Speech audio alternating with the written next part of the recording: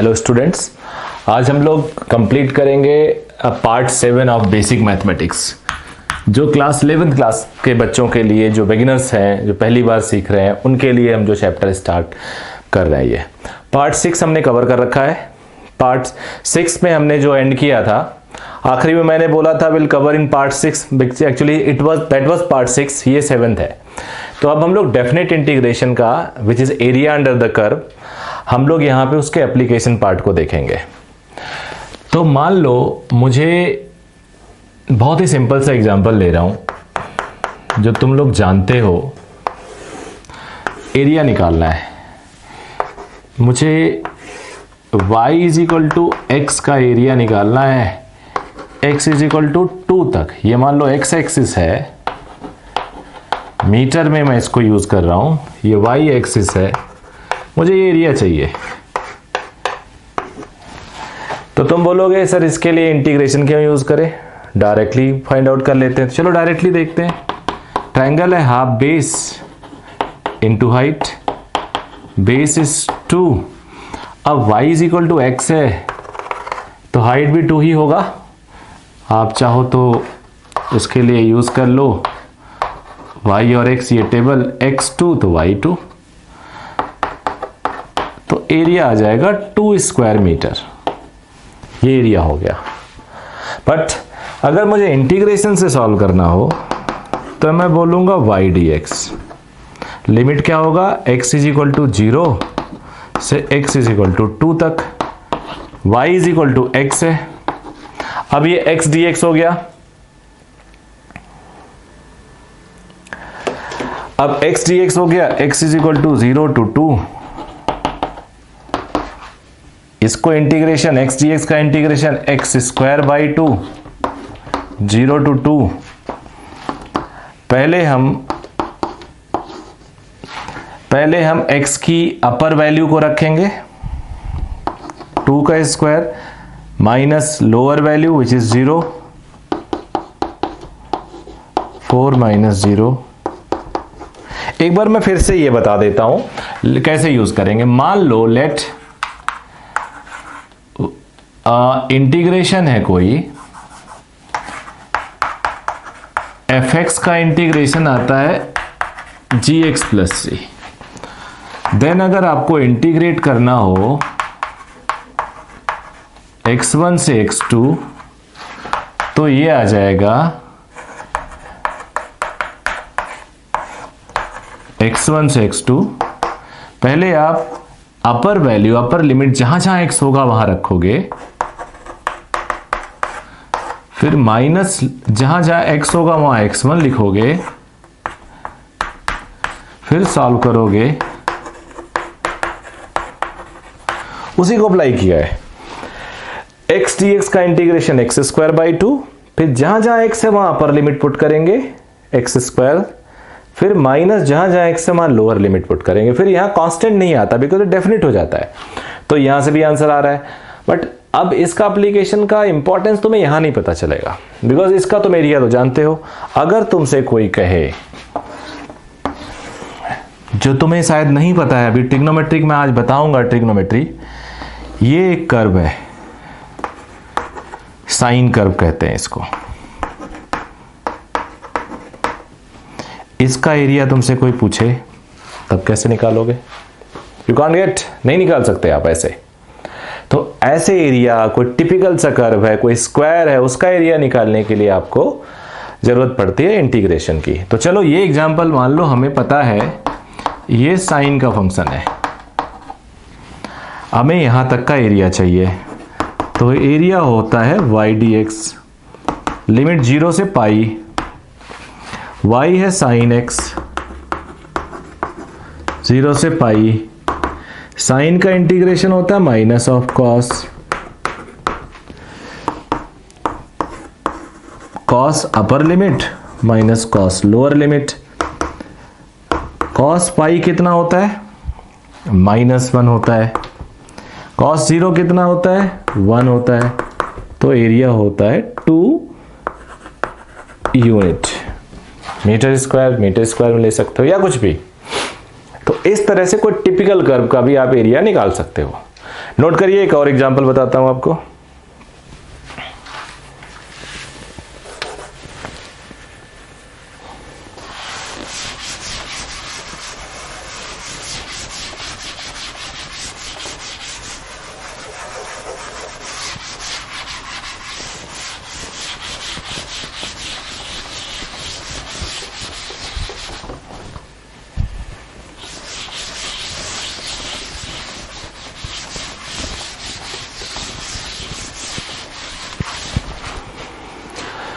मान लीजिए आपको चाहिए y is equal to x square का, और चाहिए x इज इक्वल टू 0 से x इज इक्वल टू 2 तक। तो y is equal to x square plot करो। प्लॉट करना मैंने लेक्चर 1 में ही आई थिंक, या पार्ट 1 या पार्ट 2 में आपको बता रखा है। कर्व कुछ ऐसा होगा, मान लो x इज इक्वल टू 2 है, ये एरिया चाहिए। इधर भी आएगा curve, but there is no need, हमें चाहिए यही। तो ये y is equal to x square है।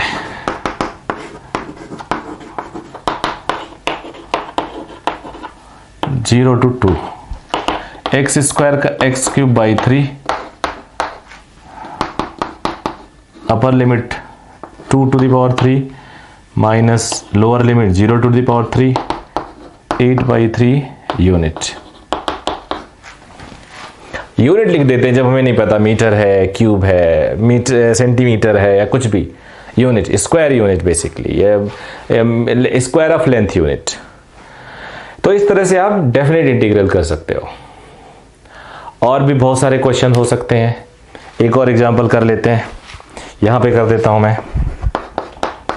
मुझे इंटीग्रेट करना है x square plus 2x plus 1, 0 to 1। तो एक्स स्क्वायर का अलग अलग इंटीग्रेट होगा,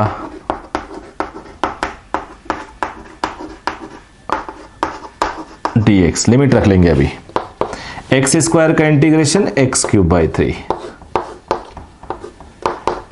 एक्स का x square by 2, nothing is x.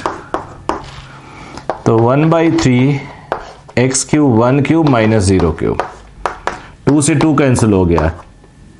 1 upper limit है 1 square minus 0 square, 1 upper limit minus 0 lower limit. 1 का क्यूब 1 माइनस 0 1/3, ये 1 स्क्वायर 1 और यहाँ 1, तो ये हो गया 1/3 प्लस 1 प्लस 1, टोटल आ गया 7/3। ये आंसर हो गया। आई होप आपको डेफिनेट इंटीग्रेशन समझ में आ गया। बहुत ज़्यादा हमें डेफिनेट इंटीग्रेशन पढ़ना नहीं है, बिकॉज हमें एक लिमिटेड एप्लीकेशन चाहिए मैथ्स का। हायर एप्लीकेशन के लिए मैथ्स वाले बच्चे पढ़ेंगे, और बायो के बच्चों की कोई ज़रूरत नहीं है। अब हम थोड़ा कुछ और चीज़ें इसमें पढ़ेंगे बेसिक मैथमेटिक्स में। आप लोग नोट कर लीजिएगा। नोट करने के लिए आप वीडियो को रोक सकते हो, फिर वहाँ से नोट कर लो।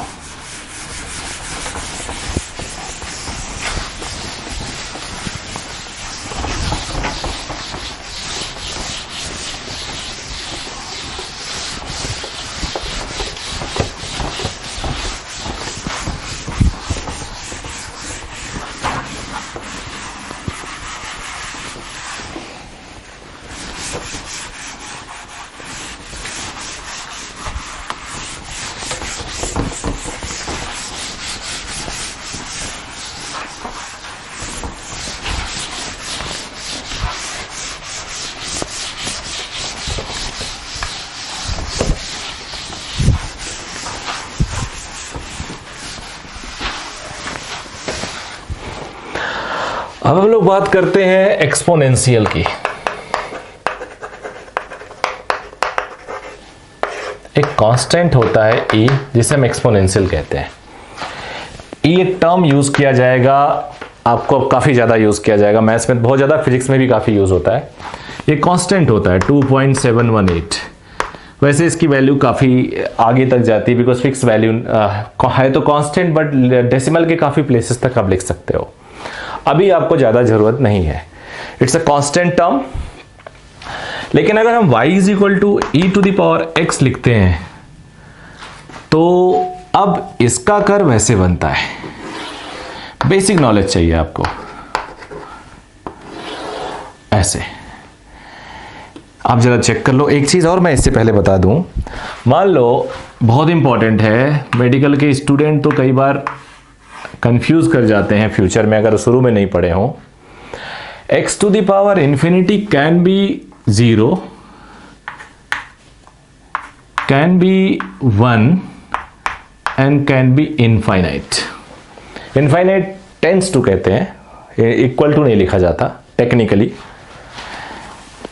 ये x अगर 1 से छोटा हो तो x इज इक्वल 1 के बराबर हो तो 1 होता है, और 1 से बड़ा हो तो इनफाइनाइट होता है। अब 1 से छोटा हो 1 power 2 to the power infinite, जब देखते हैं 2 टू द पावर 2 हो तो 1/4.25, क्यूब हो तो 1/8 125, और पावर करो और छोटा होगा, और पावर करो और इनफाइनाइट कर दो तो ऑलमोस्ट 0 हो जाता है। ऐसे 1 to the power anything will remain 1, but if it is greater than 1 let it be 2। तो 2 to the power 2 is 4, 2 to the power 3 is 8, 2 to the power 4 is 16। जैसे जैसे आप पावर बढ़ाओगे वैल्यू बढ़ेगी, और अगर इनफाइनाइट पावर कर दोगे तो इनफाइनाइट हो जाएगी। तो ये बहुत इंपॉर्टेंट टर्म है। I believe that most of you may not be knowing this fact. अगर आप जान रहे हो तो अच्छी बात है, नहीं जान रहे दोबारा सीख लो। x to the power infinite is 0 if x is less than 1. x to the power infinite is 1 if x is equal to 1. x to the power infinite is infinite means which is not defined, जिसकी कोई value नहीं है। हम tending to लिखना चाहिए यहाँ पे, but आपके अंडरस्टैंडिंग के लिए इक्वल टू लिख दे रहा हूँ। If x is greater then 0, तो यहाँ e ग्रेटर देन 1 है, e ग्रेटर देन 1 है, e greater than x greater than 0 बोला मैंने वहाँ, e ग्रेटर देन 1 है।